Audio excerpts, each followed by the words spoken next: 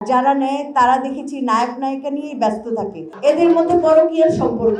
সাকসেসের প্রধান কারণ হচ্ছে বাজেট, তারপর হচ্ছে পরিচালকের কলিজা লাগে যে এত বাজেট দিয়ে একটা নাটক নির্মাণ। তারপর হচ্ছে এটাও প্রথম কারণ হতে পারে পরিচালকের মনোযোগ।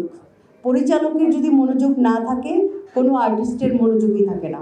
দেখা গেছে আমরা অনেকে লেট করেছি, কিন্তু আমাদের পরিচালক সকাল 9টায় সেটে, উনি কিন্তু রাত 1টা-1:30টায় গেছেন।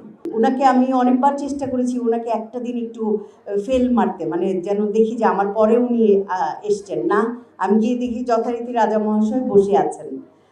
তো আমি চাই ব্যক্তিগতভাবে বাংলাদেশে এরকম আরও গোটা বিশেক যদি মোস্তফা কামাল রাজ তৈরি হতো, অন্তত শেষ বয়সে আমরা আরামে কাজ করতে পারতাম। কারণ এই যে আসেন আসেন আসেন সিন করেন এই বিষয়টি থাকতো না। এই যে মোস্তফা কামাল রাজ আমাদের প্রত্যেক শিল্পীর সিঙ্গেল হোক সেটা সিরিয়াল হোক 5 দিন 6 দিন করে টানা ডেট নিচ্ছেন। আমরা কেউ ভেবেছি যে কত টাকা প্রতিদিন খরচ হচ্ছে, এক একজনের পারিশ্রমিক কত। তো এই যে আমরা দেখা গেছে আরাম আয়েসে ঘুমিয়ে সিন করছি, খাচ্ছি দাচ্ছি গল্প করছি, তিনি কিন্তু সারাক্ষণই সিনের পেছনে ছুটছেন।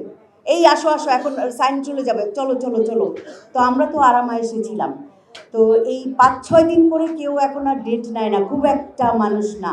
আর যারা নেয় তারা দেখেছি নায়ক নায়িকা নিয়েই ব্যস্ত থাকে। মা বাবা চাচা চাচি ফুপু খালা কোথায় আছে, মরে গেছে নাকি সেটা ঠিক নাই। তো যাই হোক, আমি দোয়া করব, আমি বারবার দোয়া করব যে পরিচালক মোহাম্মদ মোস্তফা কামাল রাজ এবং সিনেমাওয়ালা টিমের অল ক্রু সবাই যেন সুস্থ থাকেন, রাজার হালেই যেন থাকেন। এদের মধ্যে পরকীয়ার সম্পর্ক। আসলে আমরা ভাই বোন, কখনো বন্ধু, কখনো দেখা যায় যে পিতা কন্যা, এরকম সম্পর্ক বর্দা মিঠুর। একটা বর্দা মিঠু হারালে 5 বছরেও আরেকটা এত সরল মানুষ, এত ভালো মানুষ মাহমুদুল ইসলাম মিঠু আসবেন কিনা সন্দেহ। আগে আমরা যখন পেমেন্ট পেতাম না, উনি দৌড়াতেন, প্রডিউসার ডিরেক্টরদের দড়ি দিয়ে বেঁধে রাখতেন, প্রত্যেকের পেমেন্ট আদায় করে উনি বাসায় ফিরতেন। এটাই বর্দা মিঠু।